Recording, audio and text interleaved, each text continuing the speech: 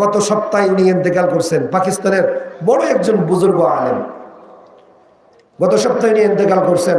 উনি ওনার খুতবাতের মধ্যে লিখছেন, একজন মালিক আর একজন গোলাম পথ দিয়ে যাইতেছে বাজারে, হঠাৎ করে মসজিদের মিনারা থেকে আজানের ধ্বনি, আজান গোলামের কানে চলে আসছে। কারণ গোলামের অন্তর দিনের জন্য নরম, কিন্তু মালিকের অন্তর দিনের জন্য খুব শক্ত।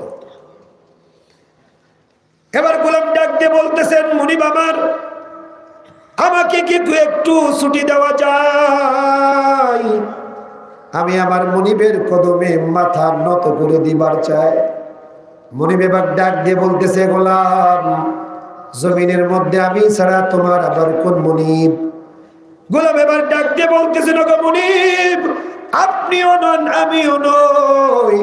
জমিনের উষালগ্ন থেকে অদ্যাবধি যত প্রাণী জমিনের মধ্যে আগমন করেছে, সমস্ত প্রাণীর একজন মালিক আছেন, তিনি আল্লাহ। যখন গোলামের জবান থেকে আল্লাহ নাম ডাক বের হলো, আল্লাহ নামের এই ডাক বের হওয়ার সাথে সাথে মুনিবের অন্তরের মধ্যে প্রভাব বিস্তার করলো। মুনিবের অন্তরটা একটু বিগলিত হয়ে গেল। মুনিব এবার ডাক দিয়ে বলতেছে, গোলাম, যাও, তোমাকে ছুটি দিয়ে দিলাম, যাও নামাজ আদায় করে আবার এখানে চলে আসবা। গোলাম এবার ছুটি পাই এক দৌড় দিয়ে মসজিদের কিনারায় চলে যায়। ওযু করে মসজিদের সামনের কাতারের মুসাল্লায় দাঁড়িয়ে গেছে। নামাজ শেষ, প্রত্যেক মুসল্লি বের হয়ে, কিন্তু গোলাম বের হয় না। মুনিব এবার চিন্তা করে, গোলাম এতক্ষণ পর্যন্ত মসজিদের মধ্যে কি করে? হাঁটি হাঁটি ফা পা করে মসজিদের কিনারায় দাঁড়াইছে। এবার মুনিব মসজিদের বাহির থেকে ডাক দিয়ে বলতেছেন, গোলাম, প্রত্যেক মুসল্লি মসজিদের নামাজ আদায় করে মসজিদ থেকে বের হয়ে চলে গেল, এখনো পর্যন্ত তুমি মসজিদে কি করো?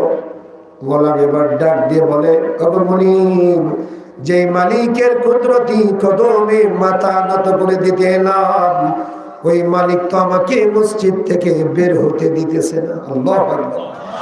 যেই মালিকের কুদরতি কদমে আমি মাথা নত করে দিতে এলাম, ওই মালিক আপনার কাছেও আছে, আবার ওই মালিক আমার কাছেও আছে।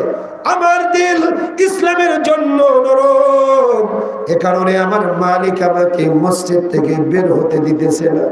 ইবাদতের মজা দিয়ে দিয়ে আমাকে মসজিদের মধ্যে বন্দী করে রাখছে।